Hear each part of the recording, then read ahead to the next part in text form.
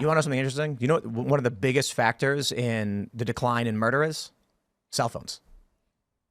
So back in the day, in the 90s, if somebody got stabbed, somebody had to run to a payphone to try and call 911, and that created a massive gap between first response and medical treatment. And so around the time cell phones came out, you see a massive drop in murder charges and homicides. People immediately started thinking like, wow, crime is down. And it's like, well, no. Look at the crime data.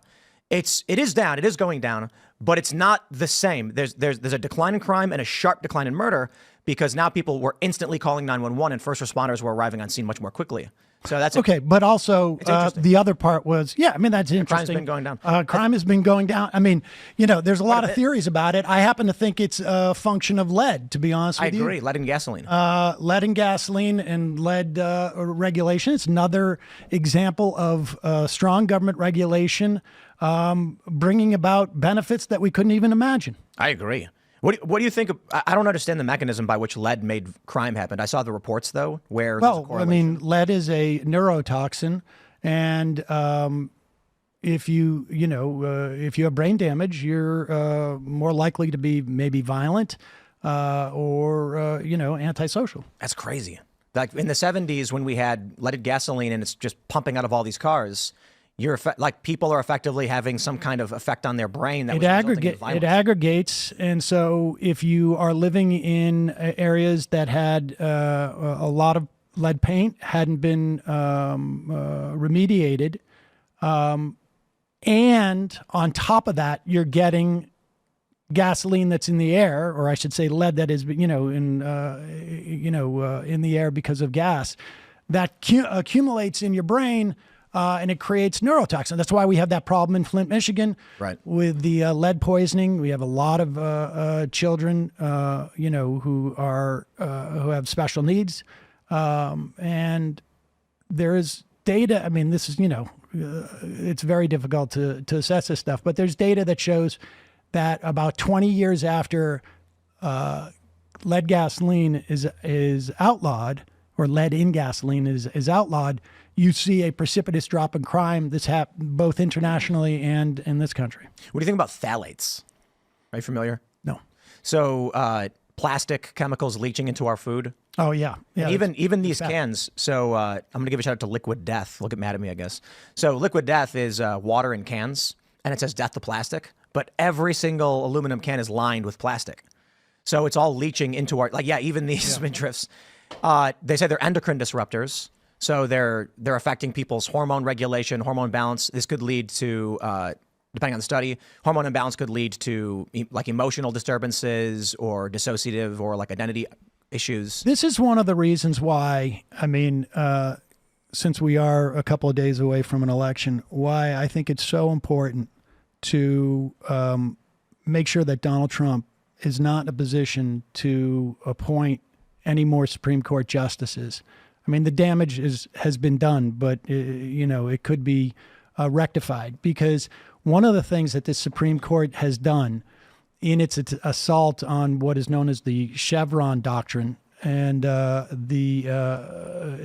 and deference is it will over time inhibit the ability of something like the EPA or the USDA or the FDA from assessing in real time that there is a problem with certain products that is poisoning our environment or poisoning our people, and it will inhibit their ability to address it, because we don't know in the future, and certainly if what chemicals.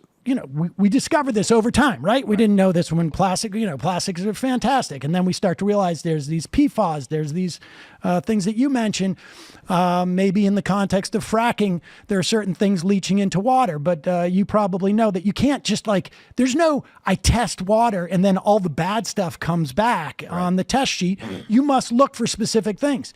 Well, what this Supreme Court has done is inhibited, and this actually is even a problem for investors like the SEC and other agencies. They have inhibited the ability of these agencies to do their work as scientists, as financial regulators, find problems that exist that were not contemplated by Congress and act upon them.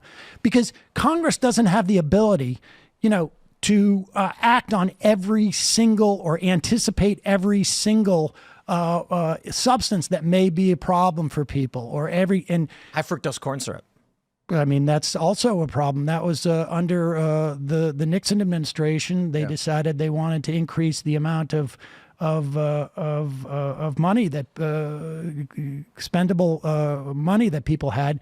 So they decided to subsidize corn and make all the food cheaper. But isn't it weird how the high fructose corn syrup things happens? They subsidize corn. So then these researchers are like, corn's so cheap now because it's being paid for by the government, by taxpayers, that we can produce. It's actually difficult to make high fructose corn syrup. It's more expensive than sugar, but the government subsidy has resulted in 100%. It's also the filler in all our foods. Yeah. I was reading something recently that said that the high colon cancer rate among young people is due to emulsifiers. They're using like gellan gum and guar gum and these things in dairy products. So, or not even just dairy products, but like to make it seem like it's fatty. And so you're actually just eating this like gum stuff that gunks up your insides. I don't know how you appropriately regulate or deal with things like that, because it's like you're saying, we don't know what it's going to do until we have all this data and research for a long period of time. I mean, we could regulate against it. Like, I wasn't quite a fan of Michael Bloomberg, but one of the things he did was, I think it was during the Bloomberg administration, there were like polysaturated fats, I think it was, that were outlawed in New York City. I think that's become the norm around the country.